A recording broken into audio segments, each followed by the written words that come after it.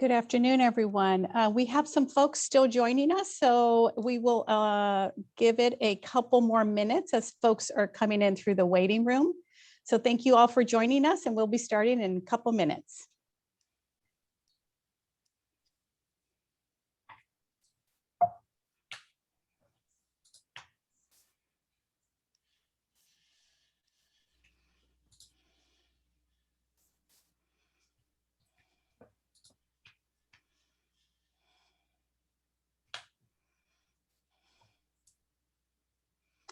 Okay, good afternoon, everyone. My name is Barbara Jimenez, and I'm really excited to be here with you this afternoon. I'm the executive lead for the County of San Diego Independent Redistricting Commission. I'll be your facilitator for today's virtual education tour on why redistricting matters in San Diego County, and I'll be handling some of the technical aspects of today's Zoom webinar. So let me have the slide come up. There we go. Thank you. So before we start our meeting, I'd like to notify everyone that today's meeting will be available in Spanish through live interpretation. So at this point, we have not enabled the live interpretation yet. Once we enable it, you can activate live translation by following the instructions as shown on the screen. Locate the button in your Zoom webinar controls that has a picture of a globe on it titled Interpretation. And then you will be prompted to select which language you'd like to hear the meeting in. Please note, even if you're only listening to this meeting in English, you must still select English as your primary language. So we're going to now enable the interpretation. I'll give you a few moments to select the language you'll be tuning into. And let me go ahead and turn it over to our interpreter for the this same instructions in Spanish. Buenas tardes. El evento de hoy cuenta con interpretación al español. En unos momentos vamos a activar la función de interpretación y verán un globo terráqueo. Deben seleccionar ese globo y luego acceder Spanish o español y luego pueden silenciar el audio original. Si está usando una tableta o un teléfono inteligente, seleccione More, Más o los 3 puntos para acceder al globo terráqueo. Gracias. Muchas gracias, muy amable. Thank you so much. Okay, so now we're going to go ahead and I think everyone is set. And I also wanted to let you know that we're going to be using closed captioning during today's meeting. So if you find them distracting or you prefer not to see them, you can adjust your settings by clicking the CC Live transcript button on the bottom. It's the middle of the main Zoom window, and then you can select hide subtitles. Closed captioning is only available in English. And then I'll give everyone just a moment to make any adjustments on the closed captioning. And if you have any questions during the education session, you're welcome to submit a question using the Zoom Q&A function anytime during the meeting. You can find the Q&A button on the bottom center of the main Zoom window. Your questions will be answered during the Q&A portion of the meeting. I also want to mention that we're recording today's meeting. It'll be available for viewing on our IRC website. And today's session is the third of 5 planned educational sessions, one for each district.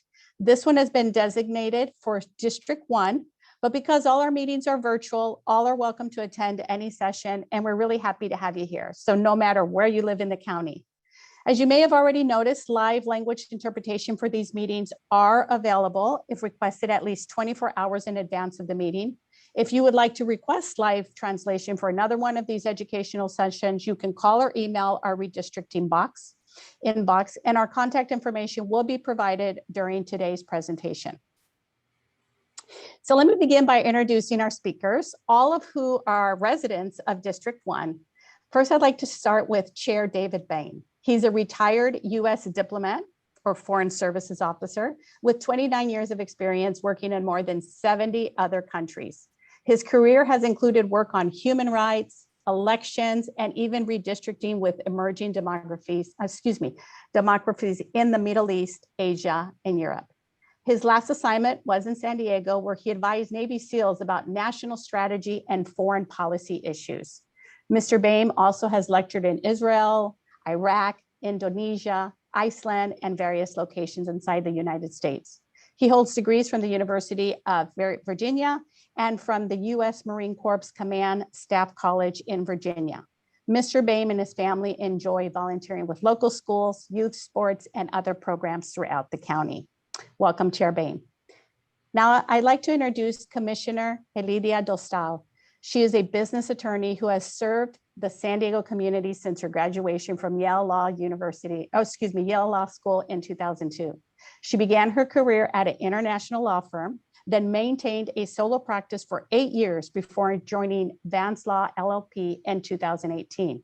She also served as in-house counsel at the San Diego Padres in the summer of 2016, when San Diego hosted the MLB All-Star Game. Currently, Commissioner Dostal also serves as vice chair on the Chula Vista Redistricting Commission.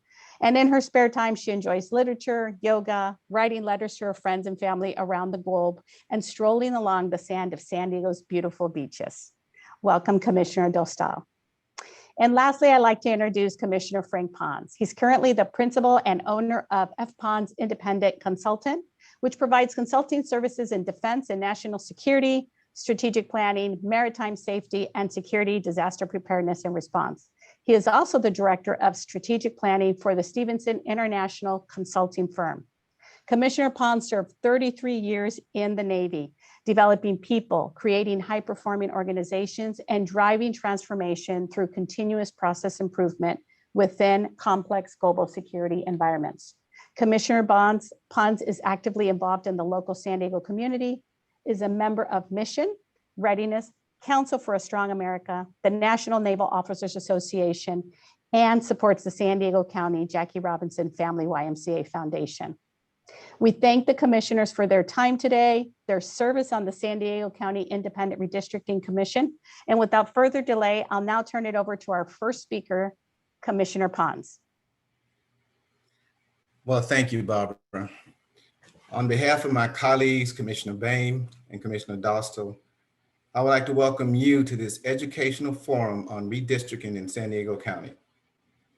As previously stated during the opening comments, since this is an educational event, not a public hearing, we are unable to take any public input today on maps, district boundaries, or communities of interest.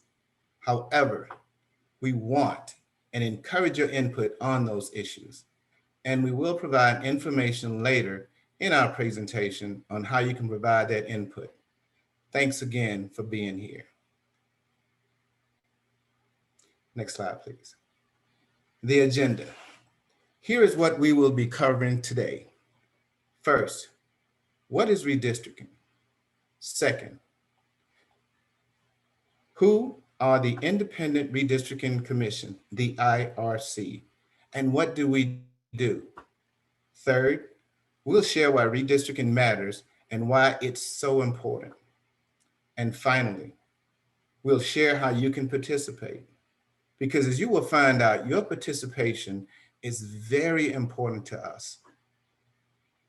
But before we get started, we want to conduct a short poll to gauge your thoughts and understanding on redistricting. Question number 1. On a scale from 0 to 4, how much do you know about redistricting? 0 being you know little to nothing about redistricting, and 4 being you're an expert at this. I'll give you a few moments to respond.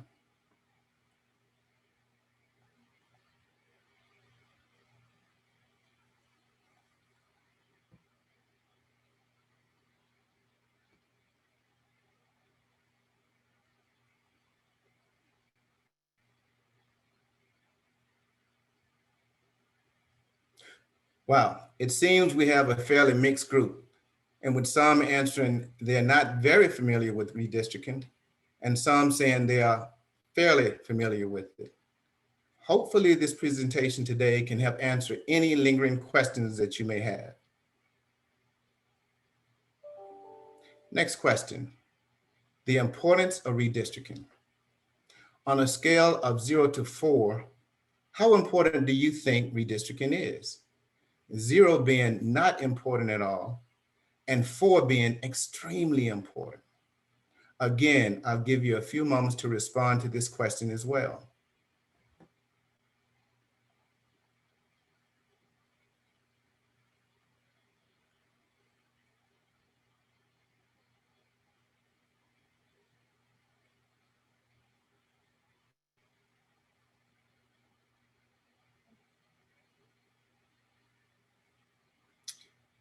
Wow. It seems many of you answered that redistricting is an important process. We agree with you. We'll talk more about the redistricting process later in the presentation and share with you in greater detail why redistricting is vital. I'll say again, vital to our democracy. So what is redistricting? Allow me to tell you. Redistricting is the process of redrawing district boundaries for each of our 5 supervisory districts so that each district has roughly equal populations. We redraw new boundaries every 10 years based on census data. As you know, our federal government conducts a census every 10 years, during which it counts all individuals residing in the United States at the location that they live. Counting everyone who lives in our county, our state, and our country is critically important because our Constitution sets population as the basis for sharing political power.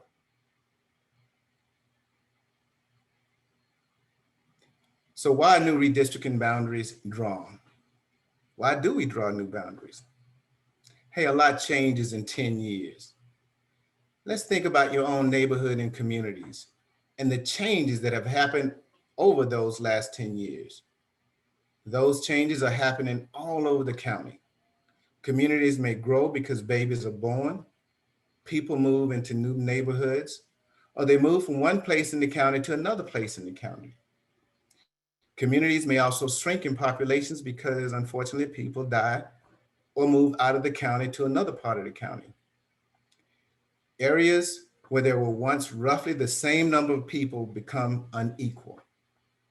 As these shifts take place, they can affect what the community looks like or who was in part of it. And those population and demographic changes can impact a community's priorities, its interests, and its goals.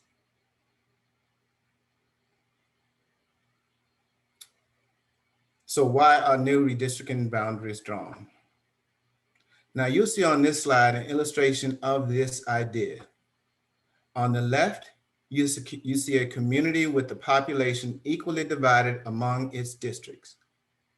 In the center image, you can see how population can change over time, as it may experience the kinds of shifts that I just described.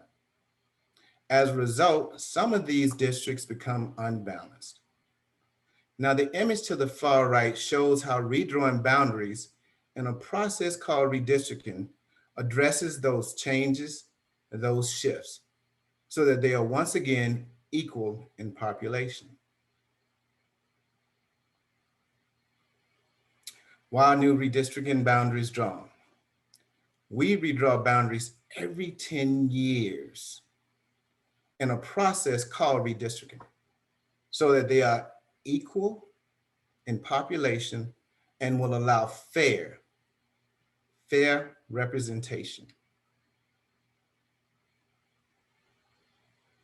The Independent Redistricting Commission, known as the IRC. Now that I've explained what redistricting is, you may be wondering, who gets to draw the new district boundaries? The Independent Redistricting Commission, the IRC, is responsible for drawing the boundaries for the 5 supervisory districts in San Diego County. The commission is made up of 14 citizen volunteers. They were selected from a pool of nearly 300 applicants. The initial pool was then narrowed by the Clerk of Board of Supervisors to the 60 most qualified applicants.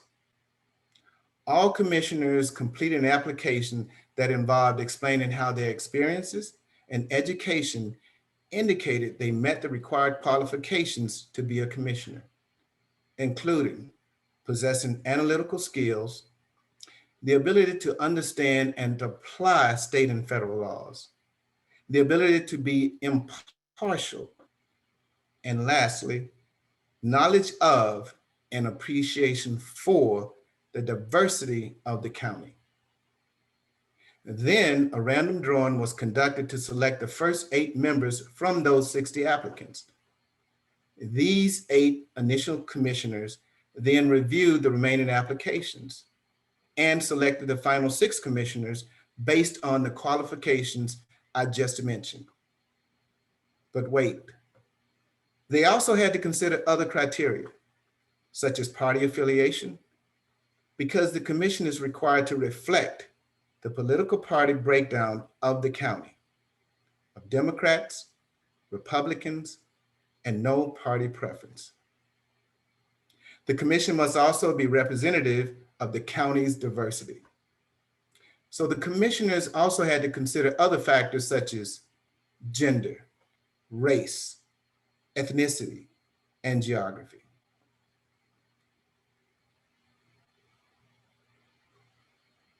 Here is our County of San Diego Independent Redistricting Commission. As you can see, I am pleased to say that our commission satisfies all of the requirements. We are a pretty diverse crew of 7 women and 7 men, evenly distributed from the 5 districts. The diversity of the commission. In terms of party affiliation, we closely mirror the county breakdown. We are 6 Democrats, 4 Republicans, and 4 no party preference, who bring a wide variety of backgrounds, experiences, and expertise to the commission. This slide also shows the ethnic breakdown of the commissioners compared to the county. I am really excited to be a part of this worthy project and to serve alongside these committed citizen volunteers. I will now pass it over to Commissioner Dostal to share what makes San Diego County unique in the scene of redistricting. Thank you, Commissioner Pons, for the great overview of redistricting and the composition of our commission. In the last redistricting, the Board of Supervisors were responsible for adopting their electoral maps. Historically, politicians drew the electoral maps that were used in their elections.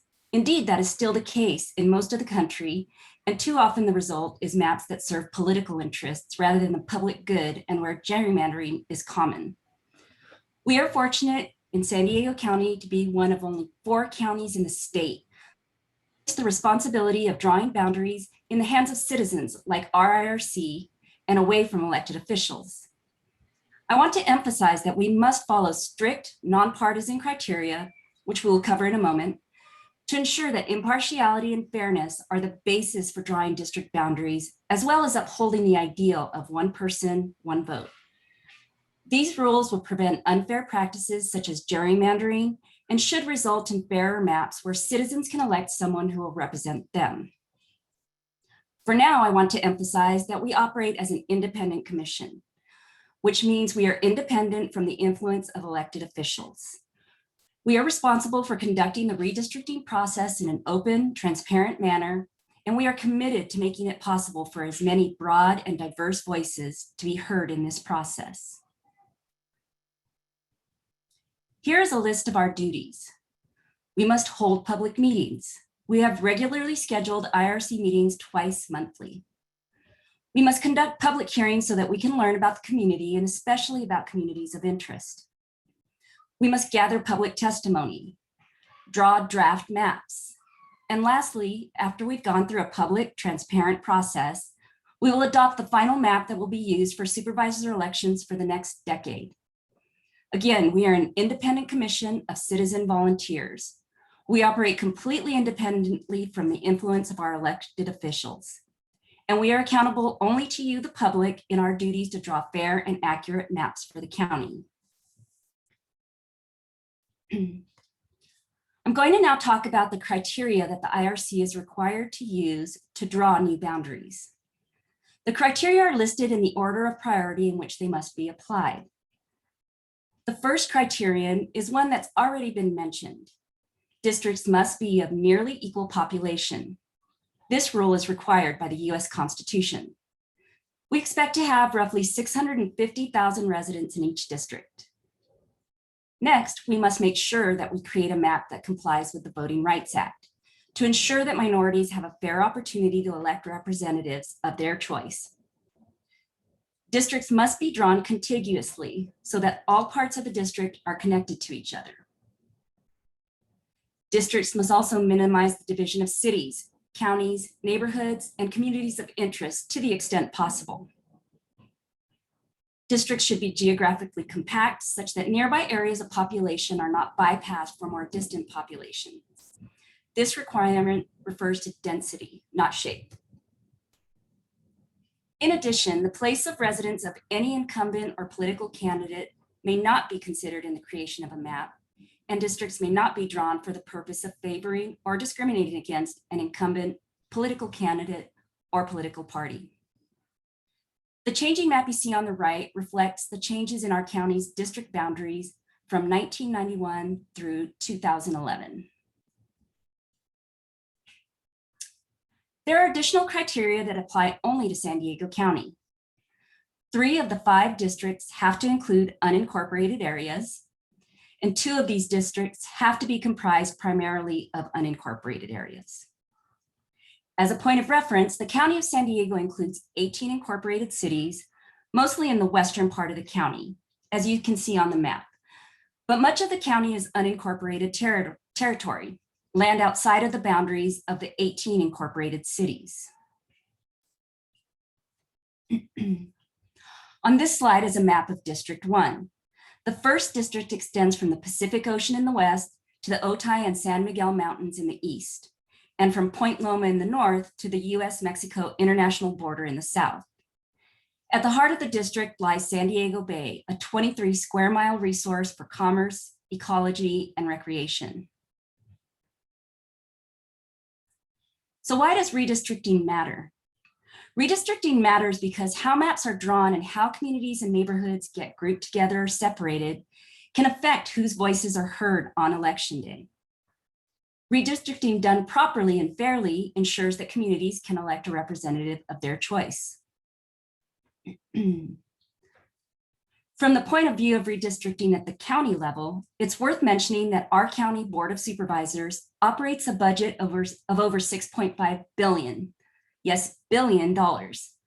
The county is the responsible agency for providing, among other things, public health, like all the services around the COVID-19 response, including the distribution of vaccines, election services, voter registration, roads, parks, libraries, law enforcement, social services like CalFresh and Medi-Cal, jails, public safety. It's a long list. Whether you live in an incorporated city or an unincorporated area of the county, the decisions made by our supervisors about how the county budgets get allocated and spent will affect you. It's important that you and your community have a fair chance to elect a supervisor who will represent you. Redistricting also matters because it can affect a community's ability to elect a representative of their choice. I have a slide that illustrates this point. You can see two diagrams of the same population. In each, they've been divided into 4 equal districts. But in the image on the top, you can see a map where the minority population, which makes up 25% of the entire population, has been separated and thus effectively silenced. The minority population in that scenario is not likely to have a fair shot at electing someone who will represent them. In the bottom image, you can see an alternative scheme, one that keeps this minority population largely intact, so that they are now a majority of the population in one district, empowering them to have their voices heard. It's a fair map where one of the 4 districts is majority minority, which accurately reflects the population. 1 out of 4 residents is a member of that minority. Redistricting can keep people with common interests, identity, language, and history bundled together so they can effectively advocate for themselves and make their voices heard in local affairs. Or it can gerrymander them and silence their voices. Gerrymandering, as you may know, is the practice of dividing or arranging election districts in a way that gives one political party an unfair advantage in elections. Independent redistricting commissions like the one in San Diego County provide a safeguard against gerrymandering and help promote drawing of fair maps where people can elect representatives of their choice. So what data will the IRC use to draw new boundaries? We've talked about what redistricting is, who is responsible for redistricting, and what criteria are used in redistricting. But what about the data? How will the IRC know what changes in the population have taken place so that they can draw new boundaries? First, we will get census data obtained from the 2020 census count, which will come to us in a variety of ways. Second, we use public input, information we gather from you to help us learn about and understand communities of interest. I'll now pass it over to Chair Boehm to share with us all what communities of interest are and why they are so vital to this process. Well, thank you, Commissioner Dostal and Commissioner Pons, and welcome again to everyone with us today. It's really a pleasure and an honor. A community of interest, or COI for short, as you can see on this slide, refers to a population that shares common social or economic interests that should be included within a single district for purposes of its effective and fair representation. Communities of interest are not defined by their relationships with political parties or incumbents or candidates. Again, a community of interest is one that shares common social or economic interests. It might coalesce around the fact that it shares a common culture or a common language, but there are many other ways to define a community of interest. For example, a community of interest might be a neighborhood that is adjacent to a shipping port, because that community shares common interests pertaining to dealing with the impacts or effects of having a shipping port as a neighbor. A critical source of information, in fact, maybe the most critical source of information about communities of interest, will necessarily come from the public, from the people in that community of interest who can tell us about themselves and their community. To be sure, the census data that Commissioner Dostal just mentioned will give us some information about neighborhoods and communities that are important to our work, but they won't necessarily tell us about the issues and concerns that bring that community together. So, how do you know if you belong to a community of interest as defined for the purposes of redistricting? You can ask yourself several different kinds of questions related to the pictures you see on this slide. For instance, does your neighborhood share certain celebrations or traditions like street festivals or parades? Are there important places where your community gathers, like parks or community centers? What's the history of how your community came together and stays together? Other questions you might ask are whether you are part of a community that has issues that have not, in the past at least, been adequately addressed by your elected representatives. Has your community come together to advocate for important services, better schools, roads, or health centers in your neighborhood? Have you worked for more recognition or support of your community, like having holidays recognized or historical events commemorated? These are the kinds of factors or interests that might help identify community of interest. I want to remind you that today, unfortunately, we cannot take information about communities of interest, but we will, and I can't emphasize it enough, we will take that information during public hearings over the summer. In fact, we're excited about it. We're looking forward to it in the coming weeks and months. For today, though, this is an educational session to help you learn more about redistricting and the many, many ways we can offer the public opportunities to tell us about their communities of interest. Again, we'll be sure to provide you that information. In fact, as you heard earlier, we have regular bi-weekly meetings. Every 2 weeks we get together, and our next meeting is scheduled in just over 1 week on Thursday, June 24th at 5:30 p.m. Our commission's website has information on how you can attend and offer comments, and we'll include that website address a little later.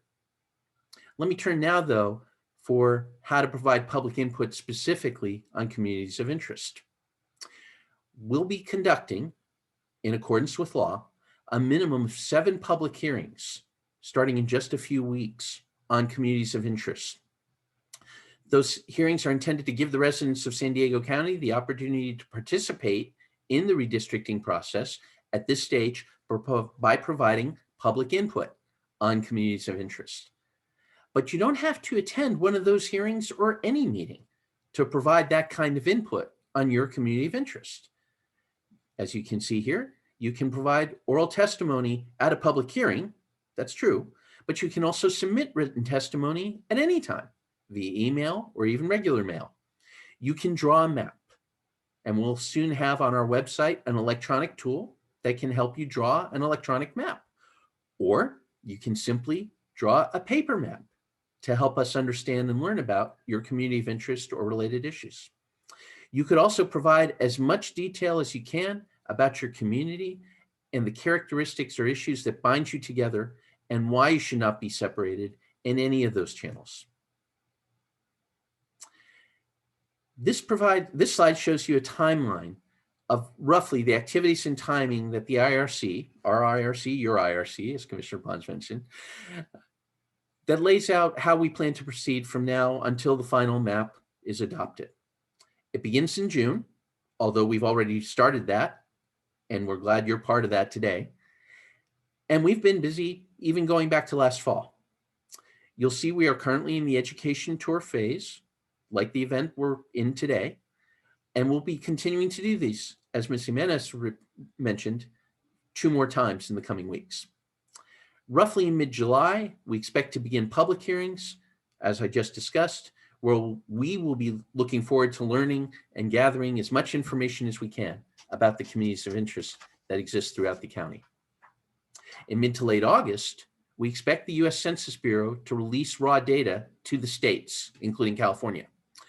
That data, though, has to be processed by the state and its official redistricting database.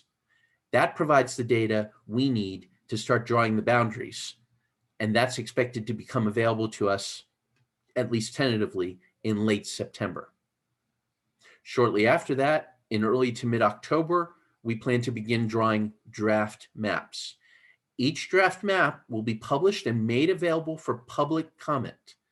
And we'll also be holding at least 2, and probably more, public hearings during that map drawing phase to hear from you and other members of the public about the proposed new boundaries. Again, we'll be looking for public input throughout this process, and we look forward to addressing it and incorporating it as we move along. Our current deadline right now to adopt a final map for the county is December 15th.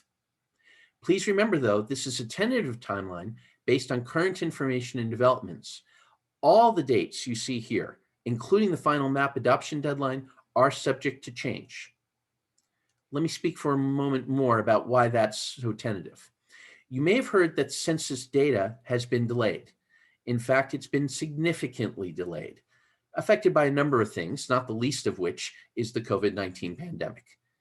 Typically, we would have had the census data by April of this year, and we would have finished with our work by the end of the summer. Instead, we are still waiting for the data, several months late now. And as I said, we don't expect that to be available until mid-August. That initial delay from the Census Bureau resulted in an extension of the map adoption deadline by the California State Legislature and through courts to December 15th. However, we already are seeing further delays, and we simply do not know at this stage whether the map adoption deadline will be extended further. So to sum all that up, stay tuned. Our priority, our entire commission's priority, is to ensure that you, the public, have ample opportunity to participate in the redistricting process, and to also ensure that we, your commission, have the time we need to gather all the information that we need to draw fair and accurate maps that meet all requirements. Delays are usually not desirable, that's true, but in this case, we view the extra time as a bonus. It provides us additional time for us to dig deep, to learn more, as much as we possibly can about the county, its diverse communities, and especially about communities of interest. It's a bonus to the public as well, in that it gives communities extra time to work together, to advocate for themselves, and even to learn more about the process. Yet another reason why we're so glad you're with us today. Let me begin to wrap up my part of the story with a specific story, a specific example, in fact, of a community here in San Diego County where public input made a difference during the last redistricting cycle. Prior to that cycle in 2010, the Barrio Logan community was split between 2 county supervisorial districts. One portion of Barrio Logan assigned to District 1 and another portion assigned to District 4. During the process in 2010, 10 years ago, but the last process, the most recent process, the county heard from that community in Barrio Logan about how they had been separated, and they requested that they be unified in one supervisorial district. So when the map was redrawn based on that input, the community of Barrio Logan was restored and assigned wholly to District 1. That might not have happened were it not for public input. That's why we need your input. So let me continue to wrap up. I promise we're getting to the end because we want to hear from you. As promised, here are some ways that you can participate in the San Diego County redistricting process. You can attend our meetings, those regularly scheduled meetings I mentioned, including the one next Thursday at 5:30. You can attend our public hearings that are upcoming. You can offer public comment in any number of channels. I should note that currently all our meetings, like our session today, are held virtually, and therefore they're all open to members of the public, and we'll do all we can to make them accessible to the public. All meetings, public hearings, and other events are published and updated on our website, and you can visit the website, visible here, to learn more about how things are going and to get that information. You can also, if you're so inclined, spread the word to other members of the public, to other members of your community, and ask them to attend one of these events. They're more scheduled in the next month, or if you're interested, you can request a presentation. That information, again, is available on the website. If you let us know, we'll do as many of these presentations as we possibly can. On the website, there's a button, an electronic button, that's described as invite a commissioner to speak. Press that button, fill out the form, and we'll get back to you just as quickly as we can. Even if you don't attend a meeting or a presentation or a hearing, again, you can always submit your comments via email or regular mail. The address is on this slide. And finally, to stay informed about what is happening, you can subscribe to our email list to receive information about meetings and hearings and other information that we're providing today, and other upcoming dates and topics, and frankly, updates on the process. Again, we'll also soon have a tool available on the website that will allow you to draw a map describing your community of interest or addressing other issues of concern. Please keep checking for that. So in our final slide, I just want to say again, that concludes our presentation, but all of us want to make sure you leave today's presentation with a few takeaways. First, as Commissioner Pons and Commissioner Dostal mentioned, this only happens once every 10 years. Residents of San Diego County have a once-in-a-decade opportunity to engage in redistricting. This is not a chance to be missed. It's a chance for you to help us draw the maps we'll be using all together for the next decade. We are committed to drawing fair and accurate maps for our 5 supervisorial districts to ensure that you have a fair chance to elect a supervisor who represents you and your community. We're also committed to making it possible to hear from as broad and a diverse a population as we can from all corners of the county. We're very interested in any ideas you have on how we can make that happen. We cannot do this work without your input. Please help us to do the best job we can for you. If you'd like to contact the RC, again, please feel free to reach out via the information you saw. Please feel free to attend our next meeting. Again, every Thursday, sometimes in the morning, sometimes in the evening. We need to hear from you. That concludes the formal part of the presentation. I'll turn it back to Barbara Jimenez to facilitate any questions you have that we can try to answer for you. Thanks for your attention. Barbara. Thank you, Chair Boehm and Commissioner Pons and Dostal for doing such a superb job on really illustrating the complexities of this entire process. As Chair Boehm mentioned, we'll now move into the question and answer portion of our meeting. And we have a question that's come in, and I'm hoping, I just want to remind everyone, if you have a question, please enter it in the Q&A button that's on the bottom of your Zoom screen. I also wanted to remind everyone of note, if we receive any questions in Spanish, our Spanish interpreter will take a moment to translate the questions into both English and Spanish. And we thank everyone in advance for your patience while she does that. And commissioners, you can decide which one of you will answer or if all of you will answer. So let me go ahead and start with the first question. We'll bring it up here. Why did you volunteer to be a commissioner? Who would like to take that, or would you all like to just say a few words about that? Well, I think that question applies to all of us, and if I can be the first to respond. I mean, it is critically important that we participate in this process because the outcome will impact all of us. And I use the word us because I am one of you. You know, I'm a citizen and I belong to this district and I live in San Diego County. So the outcomes will impact not only me, but my family and future generations. The second thing is, and it goes to the issue of the Voting Rights Act. As we all know, that is very much embedded in the Constitution. It is not only the law, but it is the constitutional law. So I feel obligated to uphold the Constitution, just as I did when I was serving in uniform. So that's what drew me to this organization. That is what has kept me engaged in this organization.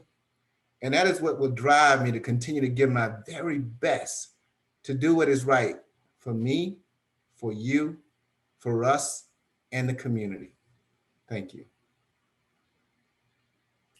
I guess I'll go next. Thank you, Commissioner Pons. I would just echo what everything Commissioner Pons said.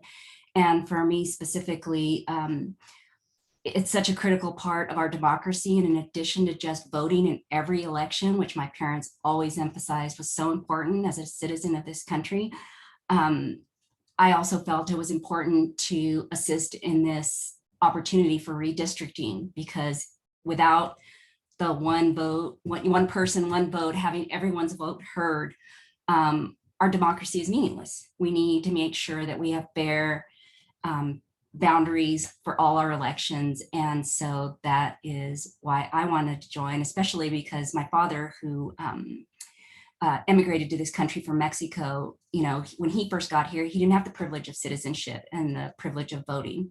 And so he always, as soon as he became a citizen, emphasized the importance that we really take advantage of that opportunity and duty.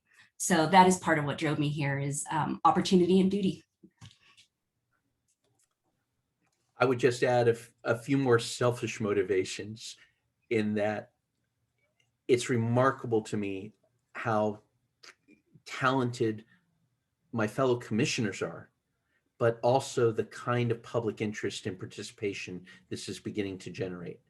And it's rewarding for me personally, because I did work on these issues a bit while stationed overseas, in a couple of cases with people who are literally putting their lives on the line to try to find more freedom, more democracy, more ways to participate.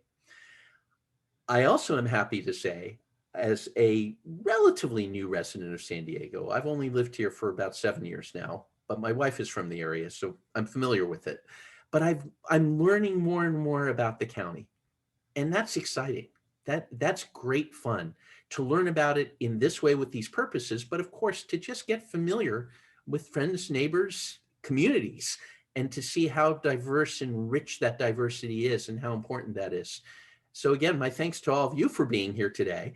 And my thanks for you to continue encouraging your communities to engage, because it really is a treat to have us all come together under these kind of circumstances and provide the kind of public service, the public input, the public engagement, the public expression that both Commissioner Dostal and Commissioner Pons said far better than I can. Wow, I got chills from all of you. Thank you so much. I really appreciate it. And so we have another question. Will all of the redistricting meetings be identical or very similar? Who would like to take that? I'm going to start with that one, because as chair, I get to worry about process a lot. And my simple answer is, heavens, I hope not. I will say this, the current educational sessions we're having, like this one and the two others, yes, that might have some of the same information in the presentation. In fact, it really should have the same information, because we want to give people multiple chances to hear it. But, and I can't emphasize this enough, this is only one kind of meeting we have. I think, I'll defer to Commissioner Dostal and Commissioner Pons for verification, but I think our meetings to date have been rather robust, rather interesting, at least at times, and certainly not repeating the same information. And in particular, as we work through the process, we're going to be engaging a lot on public information or public hearings to learn about communities of interest. And then we're going to be focusing a lot more, I think, on maps being drawn and how those map lines affect communities. So it'll be an evolving process. But if the question was about this particular session, yes, the other two sessions will sound like this in presentation. No, I hope we have another set of people, groups of people who attend and ask those kind of insightful questions. Thank you. And I guess this is an opportunity to remind everyone about the slide you had up that talked about our website, and the fact that our agendas are posted for the meetings on that website that can help inform the topics that are going to be discussed at the regular IRC meetings, which are different and separate than these educational tours. Perfect. So we have another question, and it's really great to see some of our community members that have joined our meetings on a regular basis. Our regular IRC meetings are also attending the education tour. So here's a question. How does this commission, or how will this commission follow the California Independent Redistricting Commission to ensure voting rights acts will be complied? And are you establishing a committee just like they did?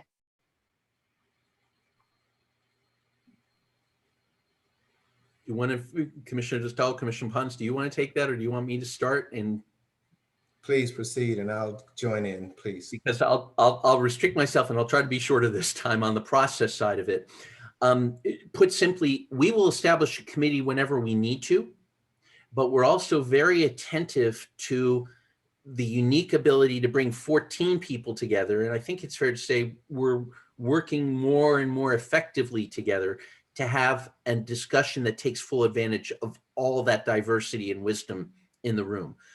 We absolutely are committed to full implementation and adherence to the Voting Rights Act requirements, even as they are evolving, which frankly is reassuring to me to see that there is additional activity going on at federal and state levels.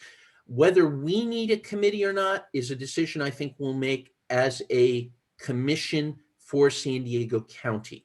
And we'll certainly see what other commissions are doing at the county level and even at the state level.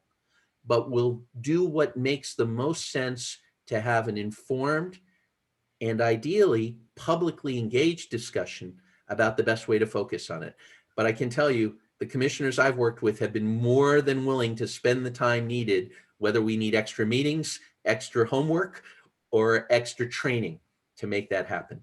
Commissioners, please.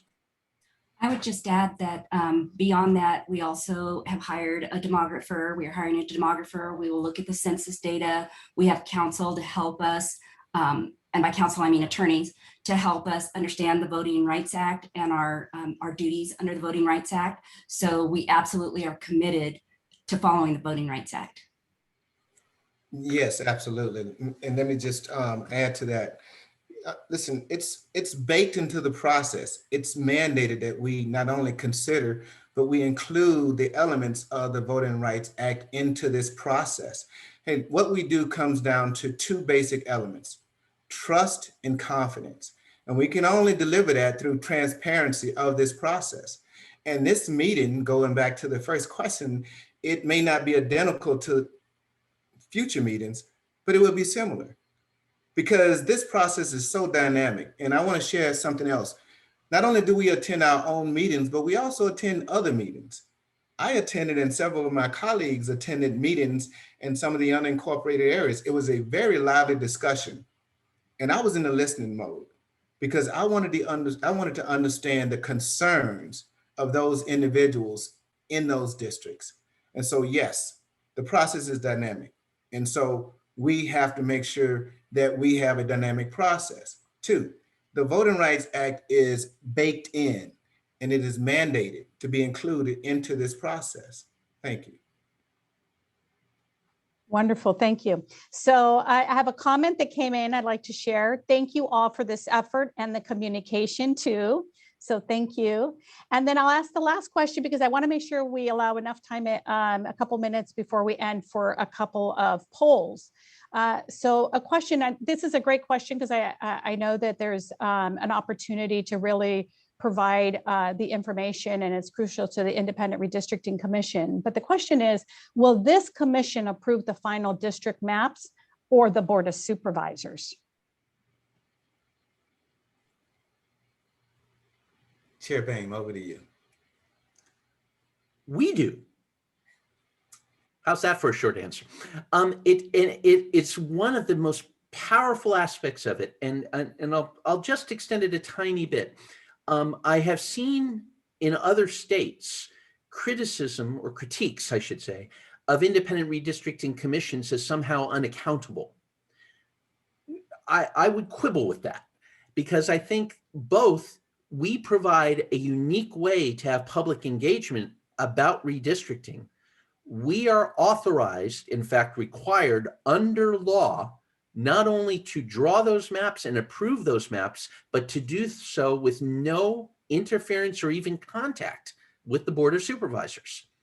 That's to provide the maximum chance for public engagement on a fair and equal basis, as well as to ensure the kind of gerrymandering that Commissioner Dostal so accurately described does not happen. It doesn't mean there's not redress available. There are any number of court cases you can find going back, but I can assure you on behalf of the commission, and I think individual commissioners, although I don't want to speak specifically for Commissioner Dostal and Commissioner Pons on this right at this moment, but I can tell you we are going to do our absolute best to approve a map that is fair and representative of the communities and of our overall county. In doing so, we need your help. We are happy to admit that we may misunderstand something. We may initially not grasp the importance of something, and we'll ask questions and we'll seek out that information. But there is nothing to replace the public input we can use to fulfill our authority. But we will approve the map by ourselves without the Board of Supervisors interfering in any way. And just Thank as a you. reminder, that's the I in independent redistricting. That's what we're independent from, is the elected officials. And there are in fact also rules about us not running for office. So we're not doing this to somehow set ourselves up to run for something. So we are independent of the political, the politicians. Thank you. So before I go to the poll, one more comment what I wanted to share. It says, thank you for your work and dedication. The concept of gerrymandering is often hard for the community members to see with concrete proof until much later. So appreciate you to focus on the Voting Rights Act. So thank you for the comments and the feedback. And we'll go ahead and go to the poll. And I just want to again thank our three commissioners this evening. Oh, the poll is up. So let's look at that. On a scale from 0 to 4, how much do you know about redistricting? 0 meaning a little to nothing on redistricting, and 4 being you're an expert. So let's see how we did. We'll give it a couple of seconds.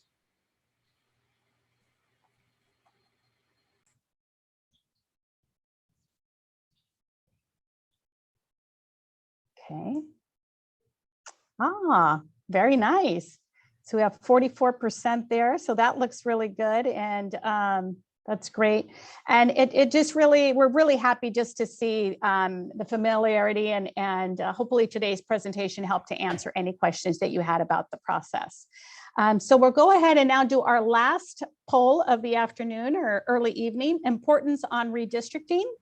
And on a scale of 0 to 4, how important do you now think redistricting is? 0 being not important at all, and 4 being extremely important. So we'll give that a couple of seconds as well for folks to answer.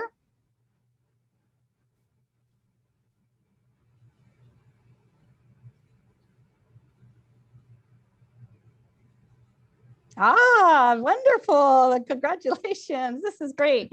So compared to the baseline poll that was completed earlier, it seems many of you now understand the importance and value of redistricting. And of course, if you'd like to learn more about redistricting, we encourage you to review the resources described and mentioned earlier. Thank you so much for participating in the poll, for asking your questions.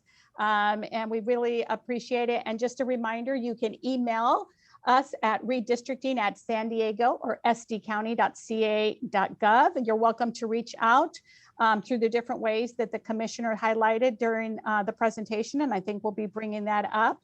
And if you'd like to participate in any other virtual education tour sessions or invite others to participate, there's 2 more dates scheduled, and also list our few upcoming IRC regular meeting dates. Visit the full IRC website for all the meetings and activities. Again, live language interpretation for these meetings is available if requested at least 24 hours in advance. And with that, I'll go ahead and conclude today's meeting. Thank you again, Chair Bain, Commissioners Dostal and Pons, for sharing this informative presentation with us. thank you to all the attendees for taking time to join us. And we welcome you we wish you a nice rest of the evening. So thank you so much, everyone. Thank you.